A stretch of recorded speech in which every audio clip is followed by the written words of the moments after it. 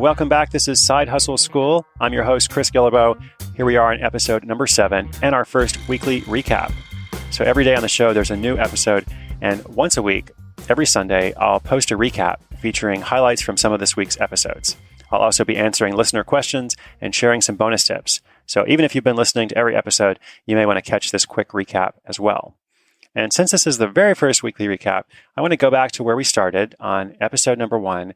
And in that episode, I talked about the whole purpose for the show, and I mentioned my ideal listener. So if you're out there and you are my ideal listener, you are, first of all, very busy. You have a lot of stuff going on. You work at least one job, maybe more than one job. Maybe you have a family, relationship, some kind of hobby, commitment, service work, all kinds of stuff that takes a lot of time. So you don't have a lot of time to spare, but you also want to invest in yourself. Like you believe in this process, you know that a side hustle will be good for you. So you're willing to put in some amount of time, but you also need some guidance because your time is limited. So you're willing to do something, but you need some help along the way. And if that's you, I don't think you're being served very well. I don't think there's a lot of existing resources out there for you. There's a lot of stuff that's telling you to quit your job and be an entrepreneur. And I don't actually think everyone should be an entrepreneur. I don't think everyone wants to be an entrepreneur, but I do believe very, very much that everyone should have more than one source of income, which is exactly what a side hustle can help you do without a lot of risk, without a lot of uncertainty. It's something that you create to earn money apart from your day job. It's about creating more freedom for yourself. And whether you hate your job and you're trying to make a change, or you love your job and you have no plans to leave, everybody should have a side hustle. And so that's what the show is all about. And after that introductory episode where I talked about the vision for the show, we went straight into the stories from episodes number 2 through 6. And that very first story was about a British man who earns $700 a month writing fish tank reviews. Now you're going to hear a lot of quirky stories like this. And on the surface, they may sound kind of strange, but if you look a bit closer, you realize it actually makes a lot of sense. In this story in particular, number 1, do people buy fish tanks? Well, sure. Number 2, are you going to buy something expensive without checking for reviews? Well, of course not. You're always going to go and look for reviews if you're buying something that costs a fair amount of money. And then lastly, is the fish tank review business a highly competitive market? Probably not. That's why this was a really good hustle idea. I want to emphasize that a side hustle is not necessarily meant to always be easy. I use the words easy and simple sometimes, I realize, but it's meant to be worth it. It's meant to be valuable for you. And in this case, Max, the British guy, he was successful because he chose a topic that was fairly obscure, but also had a dedicated audience. And then lastly, he was passionate about the topic. He wasn't just coming to this, with no sort of knowledge, awareness, or background. And that passion shone through the reviews that he wrote. That's what's allowed him to, years later, have $700 a month on average coming from his good friends at Amazon.com without him doing anything for it at all. Now, the next episode story, episode 3 about the candy heart hustle, it contrasts a bit with the previous one because this one went on to become a 6-figure seasonal business. This was the candy heart hustle that turned into the 6-figure second income. And I want to make sure you know that even though it's pretty cool to make $700 a month, it's also possible for a side hustle to grow into a very substantial, sustainable income, which is exactly what we saw in this story. And what I noticed as I shared this story with people, the thing that people found most interesting was it wasn't just that it made a lot of money. It was that in this story, Sarah chose to remain in her current job. And she chose to keep that job even though this hustle was doing really, really well. And it also affected her relationship with her employer in a very positive way. So she talked about how her employer actually values her more because her employer knows that she's going to work because she wants to be there. She doesn't have to be there, but she's motivated. She likes working with the team. She believes in the company's goals.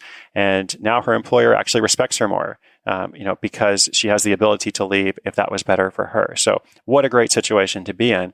And you'll hear some more stories like that as we go along. Sometimes a hustle really can grow into something quite substantial. And episode 4 was the story of Gabby in Pennsylvania, who mastered the art of curating photos on Pinterest and eventually building a following of more than 1 million people, despite the fact that she's not a celebrity of any kind and she doesn't have that kind of following on any other network. Instead, she started early and she noticed what worked. She noticed how people kind of responded and engaged to different pins on that social network. Pinterest is a very female-dominated market, and there's also a clear aesthetic of what kinds of images tend to work best. So Gabby paid attention, she noticed that, and she followed up on that. And now the campaigns that she does bring in at least $1,000 a month on average. She does this, even though she has a full-time job, even though she's also a yoga teacher, has a family, does a bunch of other stuff. As I said, I don't know how she does it all, but this particular hustle is really great because now that it's set up, again, she doesn't have to spend a ton of time on it. And the episode after that, episode 5, was about how one man used a $100 microphone to make more than $8,000. And this was a fun story that referenced a platform called Fiverr. And Fiverr is, spelled Fiverr.com, Fiverr, I guess. And Parker, the guy in that story, he was smart about how he used that platform to go from making minimum wage, which is not that hard to do on that platform, to getting paid several $100s at a time for his projects, much more than minimum wage. And, we'll come back to this as well as we go throughout the series, because if you want to kind of play entrepreneurially, if you want to dip your toe in the side hustle world, sites like Fiverr or like Etsy that we talked about briefly, or Creative Market that you'll hear about later, and several others, they're not bad at all. I'll be featuring more of these sites, but the goal is to go from kind of entry-level hustling to next-level hustling, where you're not just making minimum wage, you're not just kind of trading time for money, but you are actually creating value and creating an asset for yourself. And that really is the key to building a sustainable side hustle. And yesterday's story compared owning a restaurant to making your own calendar. It's about a single mom who makes $15,000 from an astrology calendar. So obviously there's some real benefits to owning a restaurant, but there are also some very real negatives and lots of stressors. So Julie, who's featured in that story, is pretty happy in the transition that she's made. And this project came about from another common theme that I introduced this week and we'll see over and over throughout the year. She wasn't satisfied with the existing astrology calendars on the market. So she thought, hey, maybe I can do better. Maybe I can make something that's not just better for myself, but other people will also value it. So as you listen to each episode, as you kind of go on throughout your day, pay attention and ask yourself, hey, what is missing from something that I enjoy or something that I use all the time? Or I have this hobby and something is not right about it, or it could be done better. What am I dissatisfied with? This is the key to unlocking lots of different hustles. It's not about going back to school. It's not about going out and mastering some all-new skill. It's the fact that you already have skills, and we're going to find a way to transition those skills or transform those skills into something that can make money apart from your job. Again, that's what a side hustle is all about.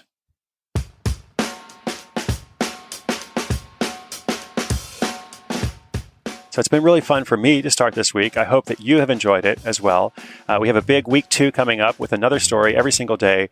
This week has some really fun ones. There's a cruise vacation, a couple that goes on a vacation on a cruise, and they come home and they actually start a $3,000 a month side hustle, writing about that vacation and answering questions. There's a specialized cookbook that accidentally brings in $1,000 on the first day. A San Francisco commuter who gets frustrated with the lack of traffic information, and he makes an app for it that is still going strong 6 years later, making a very substantial amount of money, and even something about saddles for pet chickens. Saddles for pet chickens? Yep, that's right. Stay tuned. As I said, quirky topics that actually turn into successful hustles. So I'm really excited about where we're going. If you're subscribed, the episodes will come straight to your phone, tablet, or computer. That's the easiest way to make sure you don't miss an episode. You can do that straight in iTunes, very easy. And also, I haven't asked this before, but if you're enjoying the show, you like the direction that we're going in, I'd be very grateful if you would leave a quick rating in iTunes. It just takes a second. And if you want to go above and beyond in being awesome, you can also write a quick review for me, and that will help other people discover the show. You can also say hi at sidehustleschool.com if you have a question, comment, feedback for me. Love to hear from you. And I want you to set a goal for yourself. Lastly, and most important, the goal is to use these lessons as positive reinforcement for your own hustle. In every single episode, I mention how inspiration is good, but action is even better. I really want you to take action. I want to feature your story on the show before the end of the year. So I look forward to doing that, and I will see you tomorrow and every day this week with more fun stories and ideas. Episodes are uploaded at 6:01 a.m. Eastern Time. I'm Chris Guillebeau. This is Side Hustle School.